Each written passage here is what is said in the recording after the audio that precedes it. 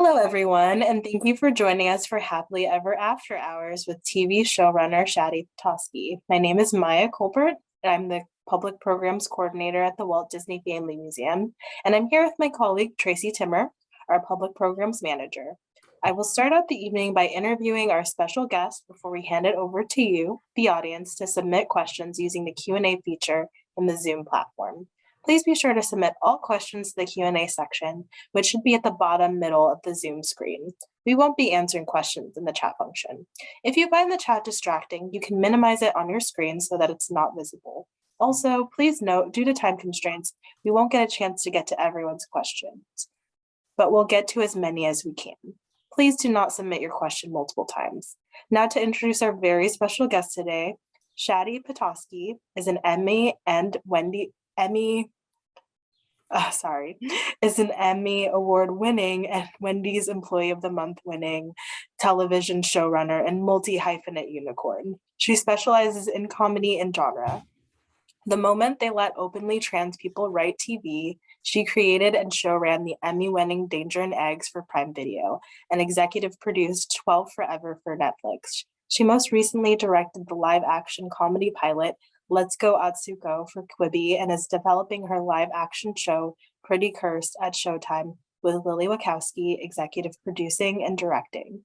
Petosky is also developing Somewhere I Am with Tom Lynch for HBO Max and adapting the YA sci-fi novel It's the End of the World as We Know It for Ally, Warner's, and Spotify. She is also a writer on the highly anticipated graphic novel adaptation The Sandman for Warner Netflix. She was animation supervisor on all 72 episodes of the BAFTA award-winning hit show Yo Gabba Gabba. She directed segments for the Aquabat Super Show, Mad, and Parks and Recreation. She won a Webby Award for producing and creative directing YoGabbaGabba.com. She lives in Los Angeles with a bunch of costumes, collections, antique furniture, and pets. She's obsessed with mental health, queer history, spaceships, and sea witches. Welcome, Shadi. Thanks. I sent that to you thinking that you would just pick some things. Left it all. You read it all. It's all there. Amazing. Thank you. All right, so I'm gonna get started asking you a few questions here. So you got your TV start as an animation supervisor for the hit show Yo Gabba Gabba in 2007 and held that role for the show's entire 72 episode run. Can you tell us more about your path leading up to working on Yo Gabba Gabba?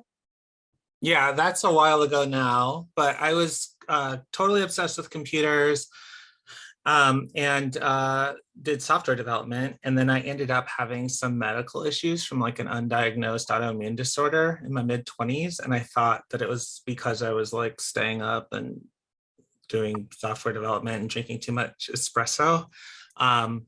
And then I just wanted a more chill life. So I started a comic book company with my friend Xander and Kevin Cannon, and we started doing comics and graphic novels. And I thought that was the chill life I wanted, but then we weren't making really very much money. So someone came to us and said, hey, you can program and you can draw. Do you want to do these games for Cartoon Network? So then we started getting back into like game development, software development, doing like the Funkbox 3000 and all these Cartoon Network games that people are still like kind of nostalgic for. And we made like dozens of games and tons of interactive experiences. But the studio was about 22 people at the time, and the animators all wanted to work on linear narrative stuff. So I started taking short segment stuff so the animators could have a good time. And we did Yo Gabba Gabba. We worked on it before it came out. We just did one segment, but they liked it so much and they liked us so much that we started doing tons of stuff for them. Storyboards, animated music videos. We did their website. We did games for their website. I did like their social media. So I would be up at like midnight talking to moms about the show and stuff like that through Twitter and Facebook and stuff. Yeah, it was good. But I named the studio Puny because I thought we were going to do mobile phones and small screens. And then within a couple months after opening, we were doing an HD international hit show. And that was TV. That's how that TV is kind of very accidental, actually. That's awesome. What would you say are the unique challenges of working on shows that are animation, live action, or hybrids like Yo Gabba Gabba, the Aquabat Super Show, and Mad TV? Well, we mostly did I did a lot of those shows because it was what we could, as an independent studio out of Minneapolis, it's kind of what we could do. We're like small segments and things.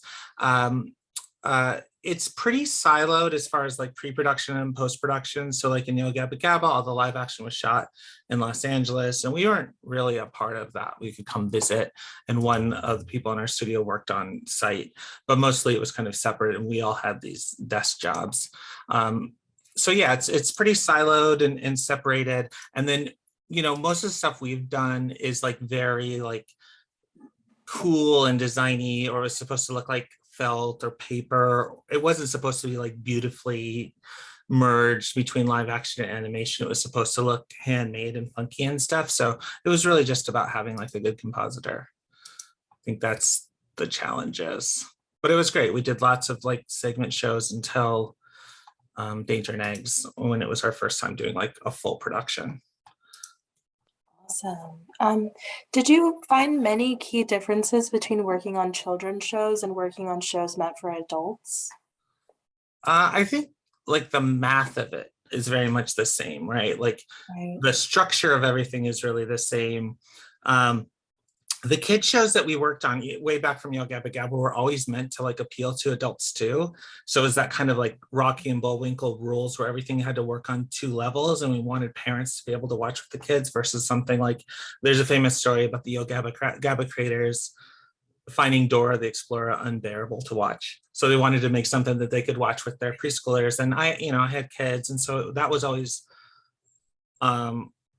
part of it. So since we're always trying to write to adults too, it's not that much different. And sometimes it's harder because you're kind of writing jokes and things that need to work on a couple different levels.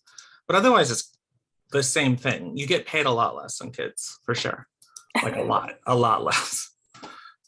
Yeah, I think that's one of the key stories we come across, like working at the Walt Disney Family Museum, where Walt was kind of all about like having it work on different levels. And like he specifically wanted Disneyland to like appeal to the whole family and be something that the whole family could be doing together.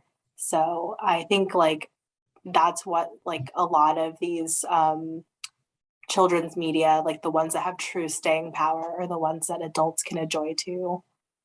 Well, when somebody approaches me and they know what I've worked on and they're a fan or something, it's like, oh, you were. Now a lot of these GABA kids, because it's been 10 years, are teens or grown Yeah. up.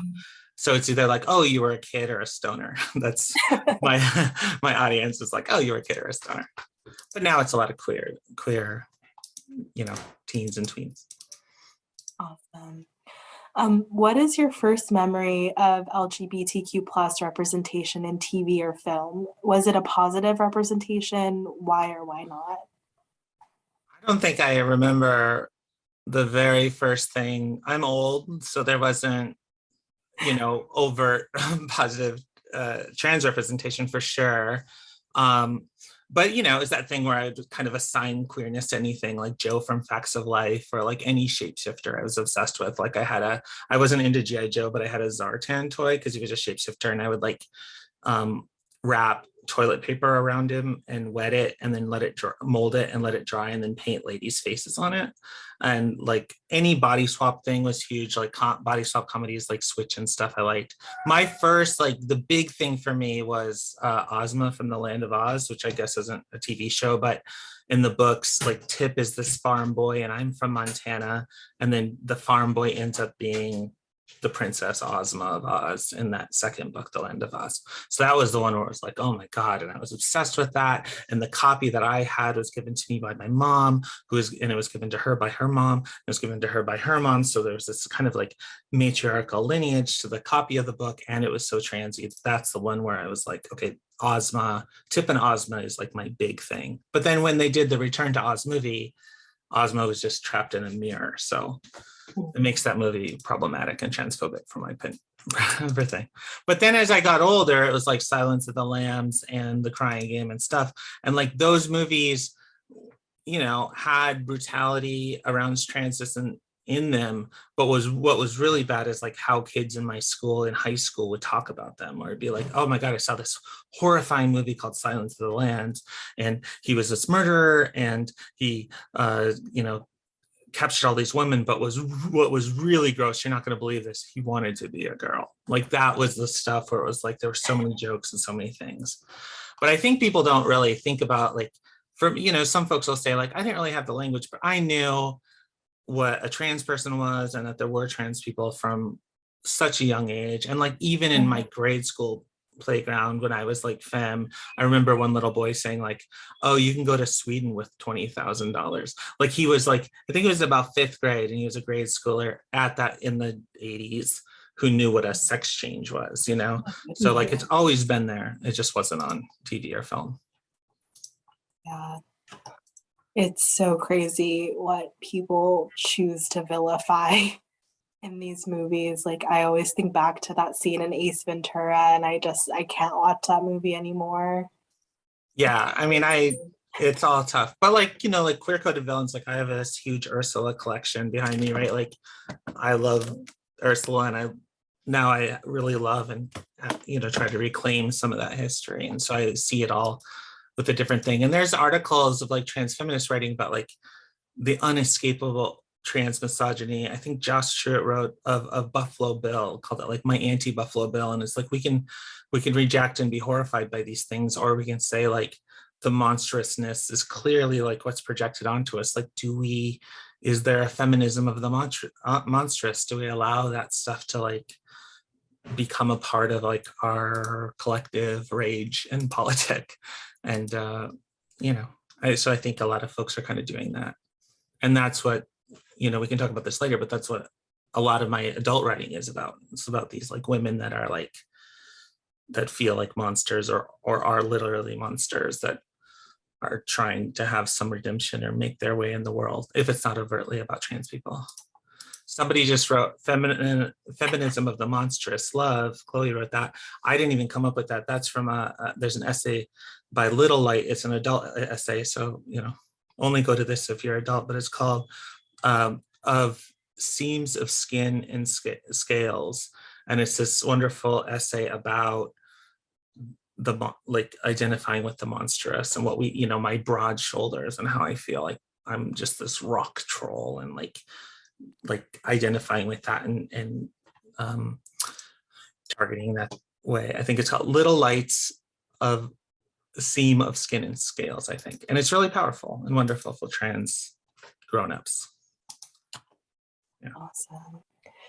All right, shifting gears a little bit, you co-created your own animated kids show, Danger and Eggs, in 2017. Had you always known you wanted to create your own show? Not really. I didn't know that was possible. Like I grew up in Montana. I didn't know things were possible. The first person I saw doing any creative work was Xander Cannon on his independent comics. But I knew I wanted to write. I didn't know I wanted to create my own show, but like I'd written some anthology comics, in my early 20s. And then we got to write the follow-up of Alan Moore's Top 10. So like there was going to be a new season of Top 10, and I got to write that with Xander and Kevin. And that was the most amazing creative experience I ever had, was writing on Top 10. And there's, it's out now, but I had like crossover dressing. So it was like superheroes that would change their theme. So this wife walks in on her husband, and he was crossover dressing and wearing a different outfit, and she was horrified that he would change his superhero themes. And then they went to this Christian organization called Premise Keepers. So like just like putting that stuff of like me into that, not that I like identified as a crossdresser, but like just that kind of closeted queerness into something made me really want to do it, and I loved it. And it wasn't until years later that I got to do it. But we worked on pilot after pilot. We developed so many shows and worked on so many pilots, and so much development from different creators and celebrities. And I got to a point where I was like, I think I can write some of this better. And Disney called, and they were like, come pitch us. And so we optioned our first show. It was kind of a collaborative. The whole studio would pitch ideas, and folks would collaborate. And and we optioned a few things. And then Danger and Eggs was the first thing that we sold completely to series. But yeah, once, I did it for a while and then wasn't into it. And I was like, oh, Hollywood's horrible. This sucks. And then we got really into it. But it was kind of like, I wasn't, even Danger and Eggs was weird because we did it as a grown-up short film for film festivals, and it was in film festivals. And then it was like 5 years. I pitched it as a kid show. Nobody was interested. And then Amazon, a friend of mine started working at Amazon as an executive, and he was like, hey, introduce me to animation people, people. And so I started just like sending emails to people, hey, everybody meet this executive. And people were like, why are you introducing me to somebody at Amazon? Like nobody understood that they were going to be a thing. And then he was like, oh, by the way, if you have anything, come pitch it to me. And I was like, well, I have this one thing. And I went and pitched it. And then it was just like kind of a very fast ride into full series season. And then an abrupt ending. We're not even canceled. They just ghosted us. They just stopped making the show. So not canceled, but just waiting to hear back. Yeah. Where did you get your initial inspiration for Danger and Eggs? Well, Danger and Eggs came, it started as Philip the safety egg. So that egg, who was dressed in safety gear, and at the time he was egg size, like regular egg size, and he was like trying to get through kitchens and things. That was Mike Owens's creation, and he was really inspired by like the anxiety that he had growing up. His mother was a nurse, so she told him about every horrible thing that could happen to the human body. So he grew up with a lot of that anxiety. And then as we started working on it together, like, I was like, let's make him a human size egg. And in the adult version, it's like he grew up in that, it's not sorry, Walt Disney Family Museum. Chickens have like vents. It's all one hole, but he grew up looking out of this Godzilla-like chicken mother's butt, and so she was leaving a path of destruction in a Godzilla way, and so his worldview through this vent was just destruction, even though the rest of the world was fine. But his whole worldview was just this way. So that's where he really got into like big first aid and helping other people and the dangers of the world and everything like that. That's what the adult short was. And then the kids show is not that anymore. We took a lot of the horrors and gore out. Yeah, so that's kind of what it was. And then really like when we started working on it, I was very inspired by my kids. At the time, my son is neurodivergent, has a lot of anxiety. And then my daughter was very like, mask of center, like I'm not afraid of nothing. And so it was really like I was living with a Philip Didi dynamic and this kind of comorbidity. And there's a lot of stuff about like autism and ADHD, and like they kind of represent that too. But yeah, and I think the big inspiration or thing that we wanted to do that was different than a lot of kids shows. A lot of kids shows are rooted in nostalgia. So it's all about like the halcyon days of like when I was growing up as a kid in my suburban world, like this was my backyard or this was my thing. And that's how people thought about it. But we were like, let's write speculative fiction. Let's not write or even really talk about our childhoods. Let's write about what we want it to be. These kids are going to live in the city. They're not in a suburb, but it's intersectional and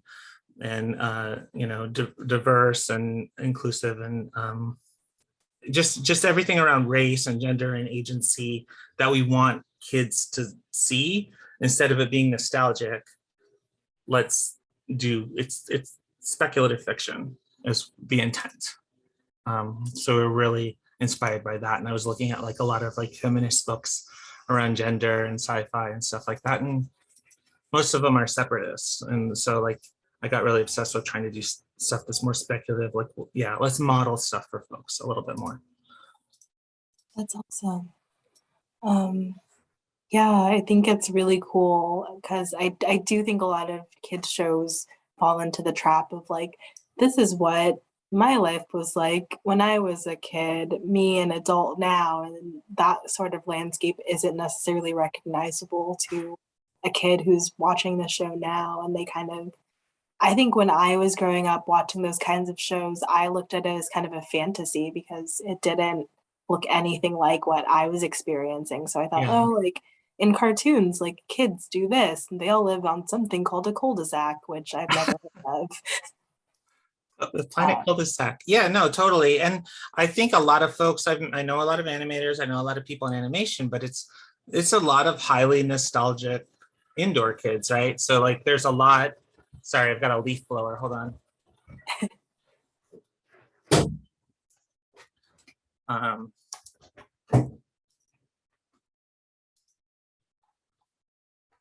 so it's a lot of yeah, they're nostalgic people thinking a lot about nostalgia, and you know, there's a lot of money in nostalgia. Like people enjoy it, and people come to the Walt Disney Family Museum for that reason. But like, yeah, we really wanted like kids that are maybe growing up in like condos. Yes, yeah, just like how can we do it a little bit differently? That was So what was it like transitioning from owning a don't say production? transition. What is it? Oh no. Okay, We it's my what was go-to it joke like? is don't say transition. Oh yeah, sorry. I am slow on the uptake. I'm on It's okay. medicine. Um, what was it like transitioning from owning a production company and animation studio to being a solo writer producer on something like The Sandman? um yeah, that transition was difficult. I mean, I didn't mean to shut down like our production company animation studio, but my partner was, you know, had a Me Too moment that was very public, and then we had a very difficult production on another show. So it, like I ultimately like just did not want to be in charge of anything anymore, and I'm not particularly good at it. And so it happened, and I just had this thought like maybe I can just be me out there doing this thing. So it was a huge change because you know, that job was so much a part of my identity. And so I had to kind of like shed all that. But now it's just me in a room and it's very chill and I feel calm. And on The Sandman, it was like, you know, it's a dream job, and being in a WJ writer's room is incredible. You have like a genius showrunner and he's stressed out and he's the one that's responsible for everything. And, you know, our job is to make him not more stressed out and to try to help alleviate some of the pressure. But everybody was super quick and it just felt like academic rigor and just folks, really smart folks working together, and everybody's getting paid well and everybody's very professional. And it was exciting. So, you know, I don't know how much more of that sort of thing I get to do and what my career will be like from here on out. But it's great. Like it's you know, it worked out really well. And there was a lot of fear and uncertainty in the beginning because people say like animation is so siloed. Even my managers, my reps would say it's siloed. It's really hard to break through into adult animation. There's a lot of stigma against people that wrote children's television, that maybe they're not very smart or they're, you know, I don't know, nostalgic or whatever. But there's a lot of stuff that I had to not believe to try to get that job and to try to sell, you know, the shows I like to watch. The other thing is my kids, you know, they were preschoolers on Yo Gabba Gabba, and they were 6 to 12 on Danger and Eggs, and now they're 11 and 13, and they're, you know, watching sitcoms and stuff with me. So I feel like my career has kind of grown up with them, and now I'm ready to write. I mean, some of the stuff I'm writing is naughty and not ready for them yet, but you know, there's like, but I want to write adult, you know, or there's like I'm doing some YA projects and stuff like that that are more geared for their age range, and then I'm doing some more adult stuff. But it was, you know, I really loved working on GABA and those things when they were that age, and now they're not anymore. So it's, I kind of lost my connection to that world a little bit. That makes a lot of sense. I didn't even think of that.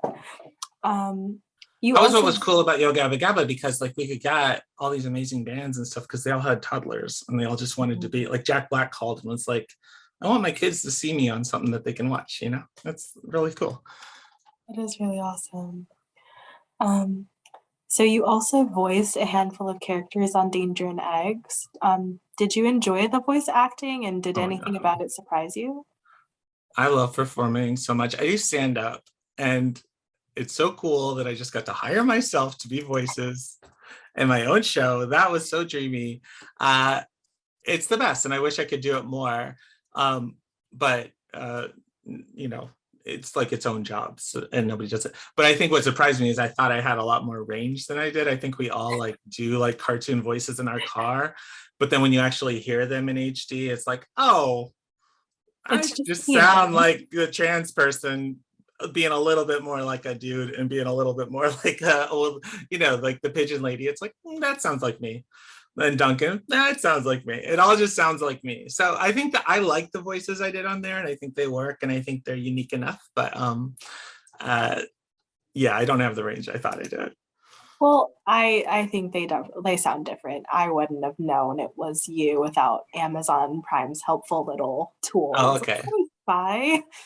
Yeah, it was something I did. But then even like like Sam Riegel, who was the director on that are both the shows we did, is one of the people in Critical Role, and he sent me a voice to potentially do for Critical Role, and it was like this huge dragon. And I was like dysphoric, gendered, like just I was like, I don't want to be I want to be little. I don't identify as a huge dragon. So it's like, even then it got into my head about like, I don't want to like sound, I don't know. Yeah. So like when I have those issues, I guess still unresolved, maybe it's not the a thing I can do. But I appreciate it being asked. I just didn't do it. So now, mostly now it's just me doing Caitlyn Jenner impressions on Instagram. Amazing. So we talked a little about the characters of Dee Dee and Philip in the context of your kids and who you kind of see in them in that aspect. But for yourself, would you say that you identify more with Dee Dee or with Philip? I mean, this is dual diagnosis land. Sometimes I am diagnosed with ADHD, and so I have DD, ADHD often. But then, I'm very organized, very meticulous in certain ways. I love a calendar. Um, so the Phillips stuff can be, we all contain multitudes. For I sure. think everybody in that show was, there's so many people working on that show. So people brought everything, but everybody represents something in me that I had to say, like, the giant chicken represents my mother, who's like kind of emotionally very emotional, or like physically present but kind of emotionally absent, right, as a parent, and like growing up with that kind of a parent. And like all these characters are kind of like characters from my life or my world, or a lot of them are.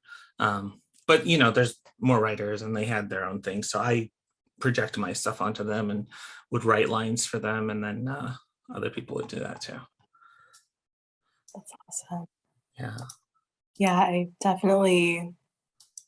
feel like I'm heavy on the Philip side of things. As much as I like want to be more of a Dee Dee in my day-to-day life, I'm definitely there with my um agenda like tucked under my arm and trying to work out all the scenarios. But Right here.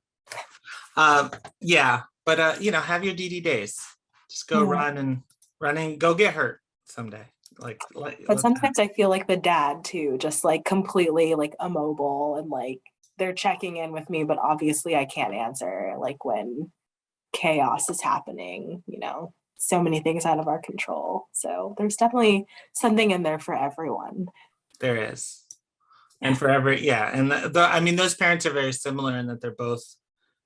We didn't want to have parents that were just we do have a dead mother in there, but it was really about like, okay, how can these kids or however old Philip is, have all this agency and stuff. And it's just like, well, the parents are there, but they're maybe just not, it's a little latchkey. It's a little maybe Gen Xy that they're not paying attention. But like, we don't know what Dee Dee's father is saying, but she has an idea and she just projects it all. So she's kind of taking care of herself, but thinks she has her father's permission to do everything. Um, yeah, that I felt that way growing up a lot, kind of answering for my own parents. So LGBTQ plus representation in media has come a long way, but definitely still has far to go. What developments have you been excited to see, and what do you still hope to see in the future? Oh, it's brutal out there. I'm not excited about where it's at, you know. In we did the first pilot of Danger and Eggs in 2015, and the show came out in 2017, and and we had a lot of restrictions at that time.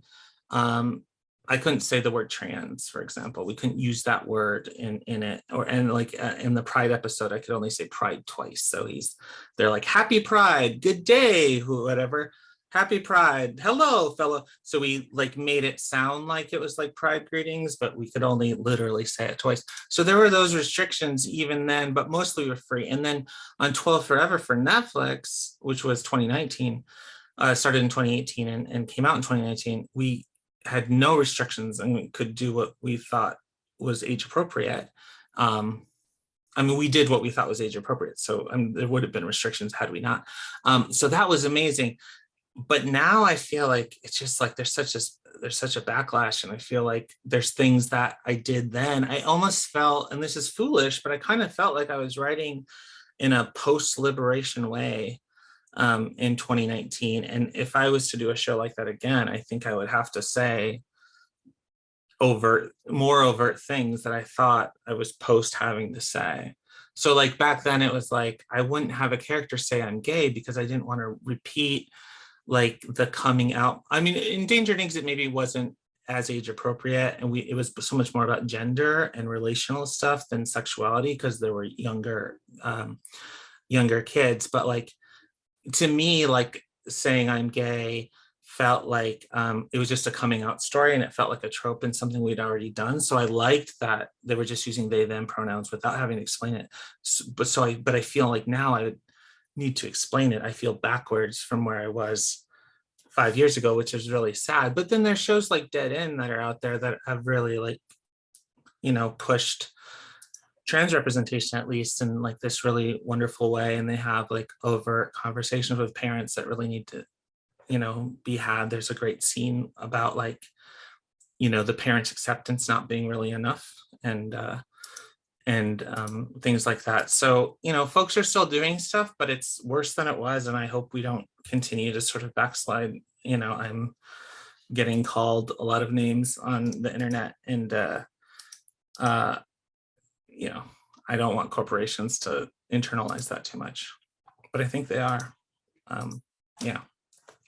So I want the future to be more like the past, and for the realness to be there, where it's like, yes, kids have perspectives, and everyone knows they do. That's the thing. The thing that bothers me the most is like every single person knows that like a gay boy at 2 or 3 or 4 years old might exhibit way before sexuality more feminine things we call femininity, right? They have like gender rejection, and they have like gender associations to the point where they get beat up, and they get even by fathers and things. So like we all know that happens. We all speculate on like which kids might be the queer kids later, and yet everybody does that and everybody knows that, but these people just don't want to believe it politically because it doesn't suit the worldview that they want to have. And it's really sad. So People are so quick to project the opposite onto babies. They'll say, oh, like, oh, he has a girlfriend, or, oh, he's going to be such a ladies' man. They don't even know how much they did it. During quarantine, when the industry was shut down, I needed money, and I was doing freelance photography, and I went and photographed a 1-year-old's birthday. So it's just the family and me, and I photographed this birthday party. And it was like it was just so much of that. Oh, that's his girlfriend who's the same age, and it was just all of this like sexualizing this child. And it was, and I'm just like, yeah, isn't it cute that they're together? And it was just like, this is bananas, and y'all are doing it And even like gender reveal parties, those didn't exist 10 years ago. Those didn't exist. We had baby showers. We never had those. Those are all brand new. So it's almost like all this like really binary stuff is new and worse, you know. Um, it's tragic. It's tough. But dead end exists. And there'll be other things. Have hope for the future. All right. Speaking of the future, Sorry, can you tell Chloe typed in the chat the name of the chicken's singular hole. cloaca? Cloaca. Yeah, yeah. I think Thanks. lizards have those too. Yeah. Quick bio lesson for everybody. Yeah. I can't remember. I mean, I knew we studied them deeply to understand the show. Okay. Lots of background research there. ADHD, working memory is not good. All right. Can you tell us anything about your upcoming live action show, Pretty Cursed, and what made you decide to make this one live action? Well, I'm only working on live action now. I've done animation for 14 years, and so I worked on the Sandman, and that was like, okay, I get to have these jobs, and I've only been working on live action since we delivered 12 Forever in 2019. So maybe someday I'll be interested in animation, and people have asked me about little projects, but yeah, very interested in live action. If you're on my Instagram, you'll see that I have like a love of photography. I really do love these shows. Lily Wachowski is producing, Julie Wachowski is producing and working on it, who's kind of the third Wachowski sister. And then we optioned it with Showtime. So it's development, and I don't know if it'll be announced in like a tradey way, but it's just something where you'll maybe never hear about it again. But it is that feminism of the monstrous. So it is very much that like this woman, it's a trans allegory about a woman who feels like a creature and but wants to have a little better life than she's been having. It's like genre. A lot of the stuff I'm writing is like genre comedies, like Edgar Wrighty stuff, Cool. I hope we get to see that soon. Well, it wouldn't be soon for sure, but I hope we get to see it. But it's nice that someday. it's nice that it's optioned, and it's good to get the validation of like selling stuff and like working with Lily. I mean, I've been working with Lily on it, but having Lily direct it would be amazing, and so we'll see. So what advice would you give to someone who wants to become a TV showrunner, a writer, producer, any of the many cool things you've done? Yeah, it all starts with writing when it comes to television. So like, the producers on television, usually, they don't always, but often start as writers. So it's just, it's all about writing, getting into writing in a serious way. If you have the opportunity, we're not college people. My mom didn't graduate from high school, and Montana hillbillies, but like if you have the opportunity to study that stuff in school, do that. And if you don't, like pick up all the books on story and screenwriting and just write scripts and try to get them read. And someday one of them's gonna get read. But it's all just about doing the craft, writing, getting stuff out there, submitting. And again, I talked about my ADHD, and part of that is that phenomenon of rejection sensitive dysphoria. So I have like just horrible rejection stuff going on, but you have to sort of battle those demons. So it's like therapy and writing, and like getting the stuff out there. It's really easy to think you have ideas, and it's really easy to be protective of ideas, and it's really easy to hope, and it's very easy to look for, I think a lot of people, their first instinct is to like look for connections and try to find mentors and try to find people that can help them. But that's not the thing to do. The thing to do is to write. Like there's all these children of rich and famous celebrities. If you're an actor child of a rich and famous person, you probably have some like beauty standards, genetic something that can help you get those jobs. But there's so many writers in LA, or people that aspire to be writers, that have all the connections that can't get anything sold. It really is about the power of the narrative and your personal story and your point of view.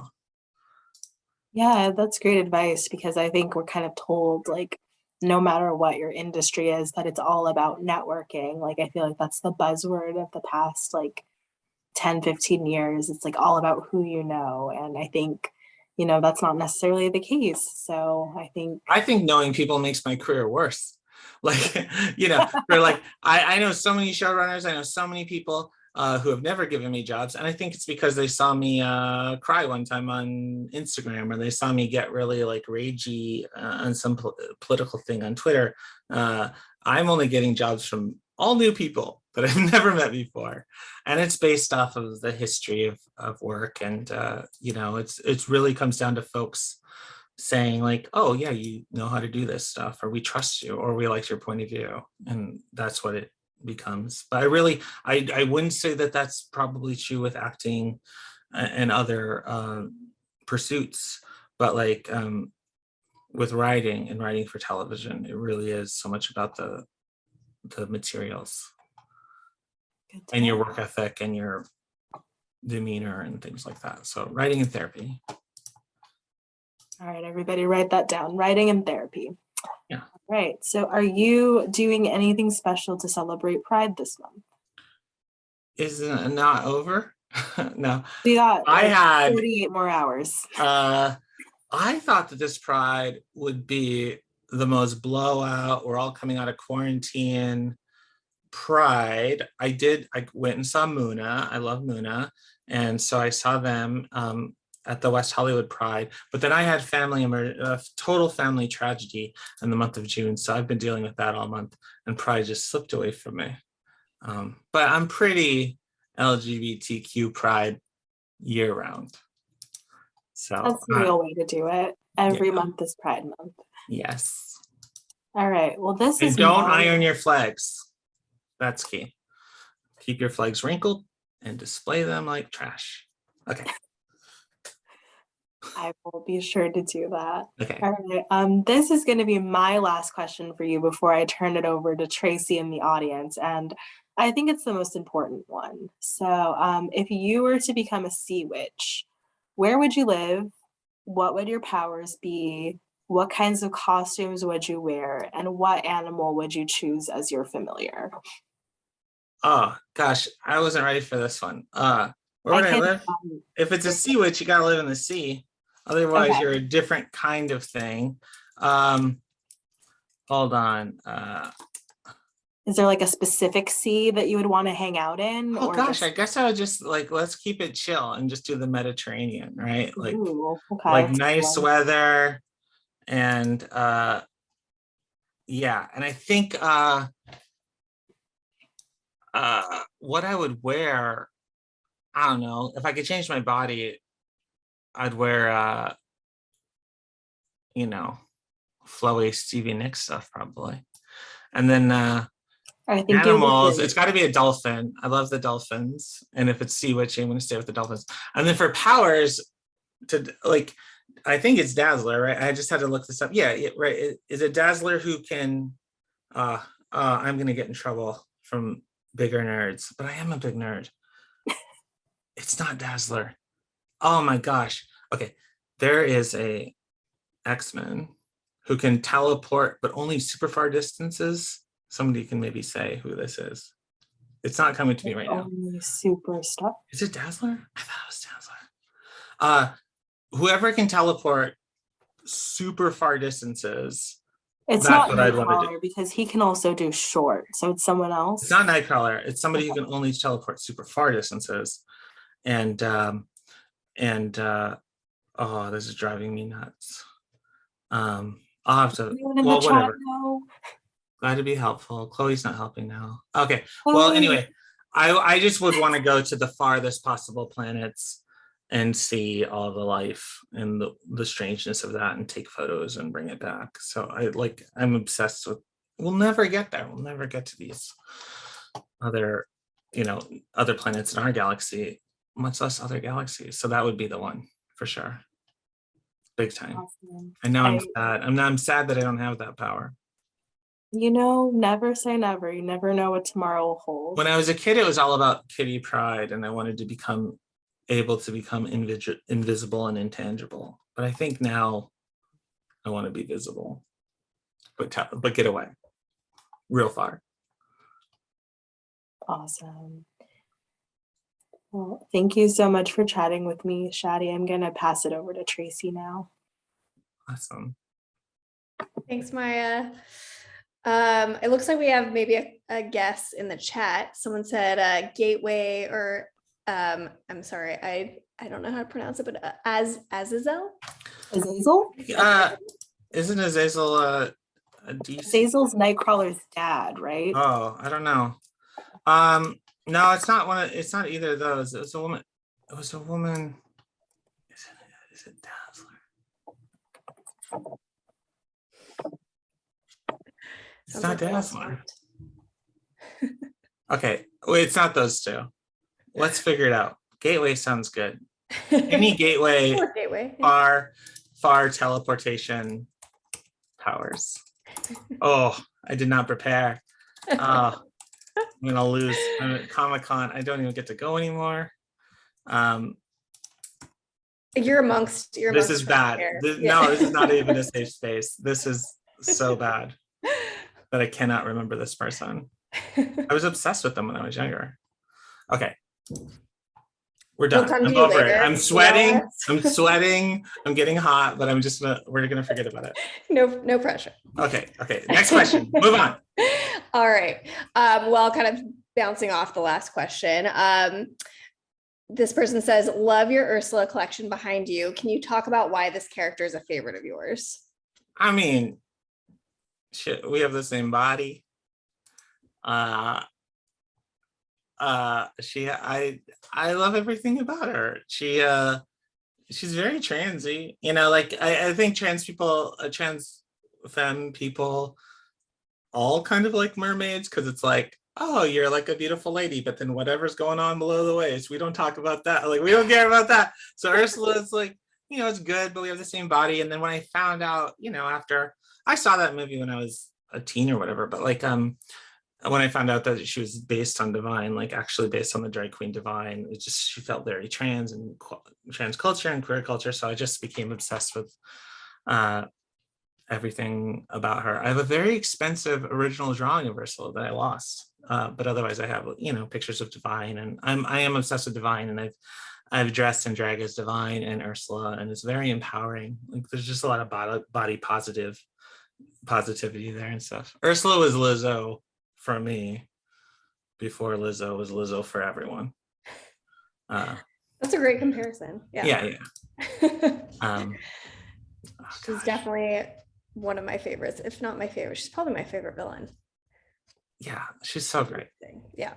Like, yeah, it's just good. And a shapeshifter, Totally. Sort of. Also, just a reminder to our audience, feel free to enter those questions into our Q&A section, and we'll get to them. All right, our next question is from Bree. What inspires you about animation today? Well, I loved, oh gosh, this is like, again, working memory is just failing right now. Dead End is great, just thematically, everything that's going on there is really cool. It's just stuff that I just didn't think that I would ever see. And then Midnight Gospel, I think, was the thing where I'm like, oh wow, like, I co-founded this podcast network, and we were trying to figure out like how to use this audio in animated ways, and people have done it in really cheesy ways, like the Ricky Gervais animated show, where it's just like animating a podcast kind of like makes it a worse podcast. It's a worse animation and a worse podcast. So I don't like that, but that was the first time where somebody, like, it was just so cool. So Midnight Gospel was incredible, and I can't believe it got made on that budget, and it was just really beautiful and amazing.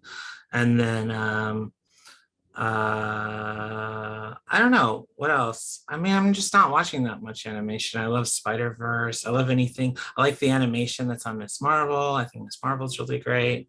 So that sort of like hybrid stuff is really cool. And then Tuca and Birdie, like, all the stuff they do with like the little gags and things and the aside is actually really hard to produce. It's, like, it's easy to, not easy, but doing a script driven show or doing a board driven show are their own things, but this one feels extra special in that it kind of feels like it's both. And then, but the animators are really following and doing very complex things that are hard to communicate. So I think that show's really special too. So I guess just sort of that stuff. Great. Yeah, I love Tuca and Birdie. Yeah. Who are some people that you are inspired by within your field? Oh, well, now after working with him, Alan Heinberg is so brilliant. It was cool to watch him and his temperament and watch him work, and that was very inspiring.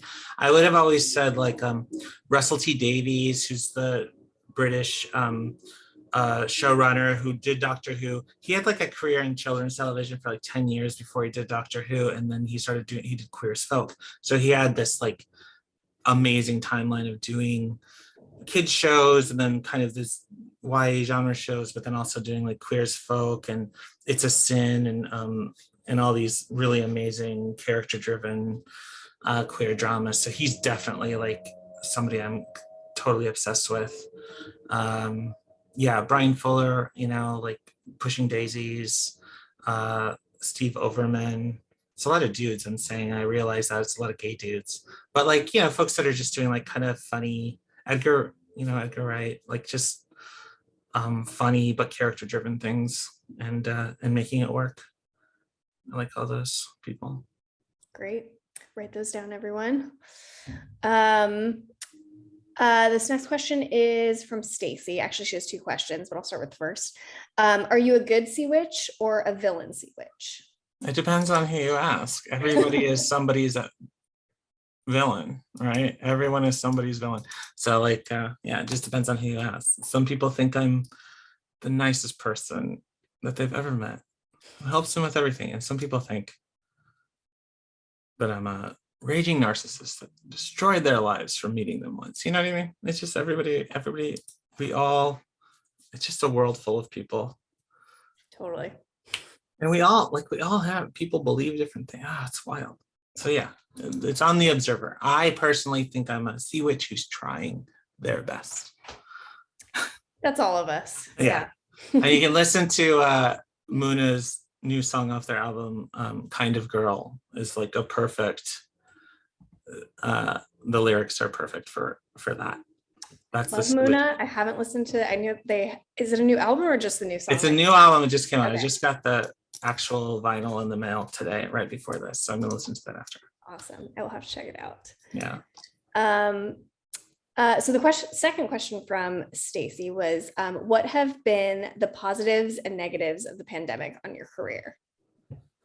I think the positive for me, and this is such a selfish thing, 1 million people had to die so that I could. It was like actually very positive for me coming out of that, all that trauma around the cancel stuff and closing the company, and then just the difficulties of 2018 and delivering that show, and then trying to start a new career. Like 2020, I was just so stressed out. And there was something, and I think there have been articles written about this, that like for anxious folks, the pandemic just kind of was a time, you know, when everybody else is in crisis, I just felt very chill and my symptoms kind of went down, and it was like, well, I can't really do anything, and I can't really, you know, my career stalled out, and I can blame everything. I'm not blaming myself. It's not that I'm not working hard. It's just nobody's buying anything, nothing's getting produced.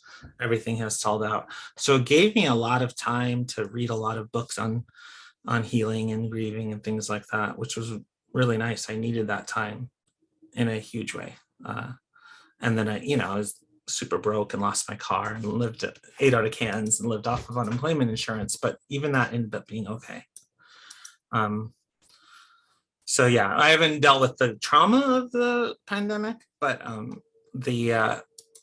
that was very important in the beginning and really nice. I think it took all of it. It gave all of us a chance to kind of take a breath a little bit.